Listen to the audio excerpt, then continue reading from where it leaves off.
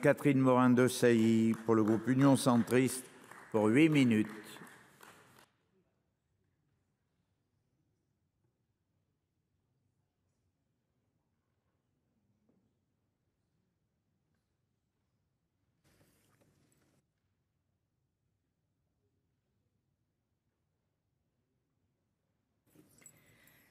Monsieur le Président, Madame la Ministre, mes très chers collègues, pourquoi mettons en France autant de temps à faire les réformes structurelles nécessaires pour nous adapter à un monde en perpétuelle évolution? Je pense par exemple au temps qu'il aura fallu pour imposer un cadre régulant et sécurisant à l'espace numérique. Dans ce contexte peu allant, je salue la mobilisation de nos ministres de la Culture successifs qui ont mené le combat à Bruxelles de la directive SMA et des droits d'auteur et droits voisins. Mais à l'échelle de notre pays, les changements et risques systémiques induits par les nouvelles technologies, l'accélération des innovations ces 15 dernières années auraient dû pousser clairement les gouvernements successifs à réagir rapidement, à défaut à écouter davantage le Parlement, en particulier les propositions du Sénat sur l'audiovisuel. Ce n'est pas comme si d'ailleurs rien n'avait été fait. Notre commission de la culture et ses rapporteurs successifs, dont j'ai eu l'honneur de faire partie, ont demandé sans relâche la réforme de la redevance qui s'imposait. Elle était faite dans les pays voisins. Et l'indispensable évolution du cadre législatif et réglementaire conçu pour le monde hertzien en voie de disparition. Depuis 2009, dernière grande loi audiovisuelle, pas moins de 3 rapports conjoints aux commissions de la culture et des finances ont été réalisés, 2011, 2015, 2021, qui ont pointé les nécessaires évolutions pour adapter notre audiovisuel à l'heure du tout digital. On le sait, il y a belle lurette que la loi de 86 est obsolète et que nos règles de concurrence sont dépassées. Le récent échec de la fusion TF1-M6 en est bien la dernière et consternante illustration. Face à la tous-puissance des GAFAM, pour assurer notre modèle de création, je pense qu'il faut vraiment un pôle audiovisuel privé fort, tout comme un pôle audiovisuel public fort. Sur ce point, j'ai toujours dit que la réforme de 2009 était restée au milieu du gué. Il y avait alors pourtant une vraie vision, une juste ambition de s'attaquer à la fois à la gouvernance, au modèle économique, ainsi qu'aux missions de l'audiovisuel public. Aussi, je remercie le président Lafon, reprenant le flambeau de nos combats, de faire en sorte que France Médias, projet énoncé dans le rapport Le Gatolin, que je salue également, de 2015, puisse aboutir en moins en partie. Mais que de temps perdu, franchement. Alors que Franck Riester avait enfin pu, non sans mal lui aussi, faire inscrire à l'ordre du jour la loi relative à la communication audiovisuelle et à la souveraineté culturelle, son abandon a été acté en 2020. C'est coupable, car ça nous a encore affaiblis. Venons-en à la proposition de loi. Elle se concentre sur les questions de gouvernance avec la création d'une holding regroupant France Télévisions, Radio France, France Médias Monde et l'Institut national de l'audiovisuel. C'est un outil important que nous voulons souple. Nous n'étions pas favorables à la fusion, pensant qu'elle cannibaliserait les énergies et ferait perdre du temps. Mais un outil souple permettant de regrouper les forces et les énergies de l'audiovisuel public, avec des équipes engagées dans encore plus de coopération pour réaliser ensemble les investissements nécessaires.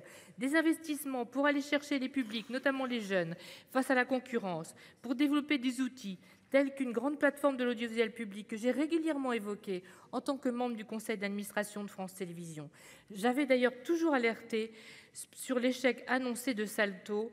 L'idée de départ de Delphine Ernotte, bien sûr, était bonne, mais face aux géants, cette plateforme regroupant financeurs publics et privés de la création ne pouvait se réduire à 3 acteurs. Pour ce projet, malgré tout, il y a quelques points de vigilance sur lesquels je voudrais insister. Vigilance sur la part accordée à la création, avec un juste équilibre entre la part réservée aux producteurs et aux éditeurs de programmes. Vigilance sur la radio, qu'il convient de toujours considérer comme un média spécifique. Vigilance sur notre audiovisuel extérieur, qui doit être radio comme télévision confortée pour porter la loi de la France dans le monde. Il doit être une référence et une marque. C'est crucial face à la désinformation et aux tentatives de déstabilisation que vivent nos démocraties, face à des technologies toujours plus pointues, et je pense bien sûr à l'intelligence artificielle. C'est aussi, parlant de France Médias Monde, c'est aussi une bonne chose, je voulais dire, qu'Arte et TV5 restent des entreprises différenciées liées à la structuration de leur capital.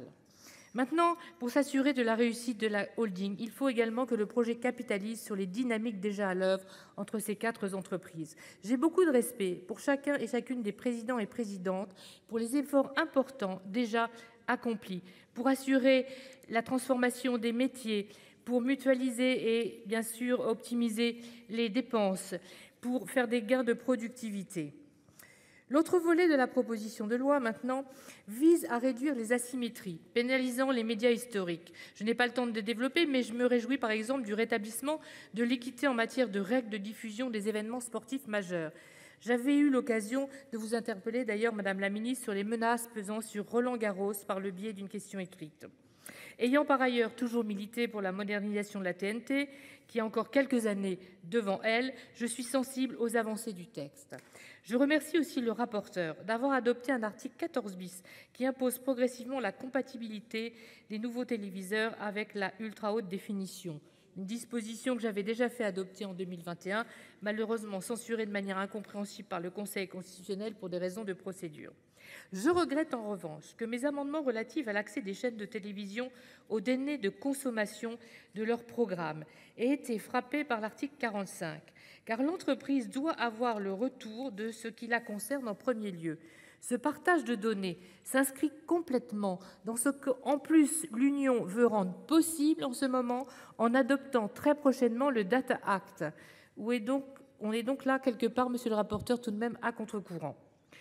Pour conclure, j'insisterai sur la question clé du modèle économique et de financement abordé à l'article 5 où est fixé le principe d'une ressource publique de nature fiscale pérenne, suffisante et prévisible pour l'audiovisuel public.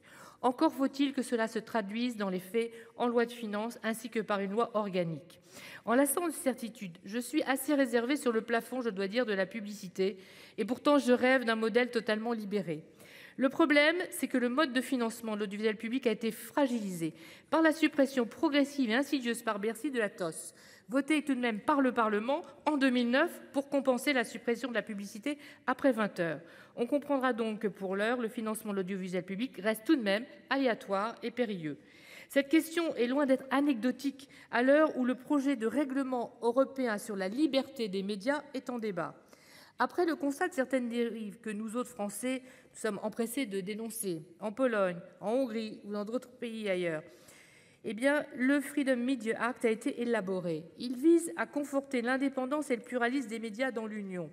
Il serait tout de même paradoxal que la France ne montre pas l'exemple en assurant à son audiovisuel la ressource permettant sa pérennité et surtout son indépendance. Car, mes chers collègues, je voudrais attirer votre attention, il y a une vraie différence entre une dotation publique et une dotation d'État, entre une ressource affectée et une ligne budgétaire calibrée selon le bon vouloir de Bercy. Une différence que nos partenaires allemands d'Arte n'ont pas manqué de remarquer lorsque nous avons supprimé la redevance et que bon nombre d'observateurs ont d'ailleurs fait valoir auprès de France Médias Monde, leur disant que de télévision publique, ils étaient devenus télévision d'État. Alors, avançons sur les réformes, Madame la Ministre, ne leur donnons pas raison à ces commentateurs et engageons les réformes qui doivent aussi se poursuivre sur le modèle économique et le modèle de financement. Je conclurai en disant que lors de ce fameux colloque évoqué tout à l'heure en 2018, réenchanter l'audiovisuel public, les audiovisuels publics européens qui s'étaient tous réformés s'étonnaient quand même que la France, pays de l'exception culturelle, soit toujours à la traîne. Je vous remercie. Merci, cher collègue. La parole est maintenant à Madame Céline Boulay-Espéronnier pour le groupe Les Républicains.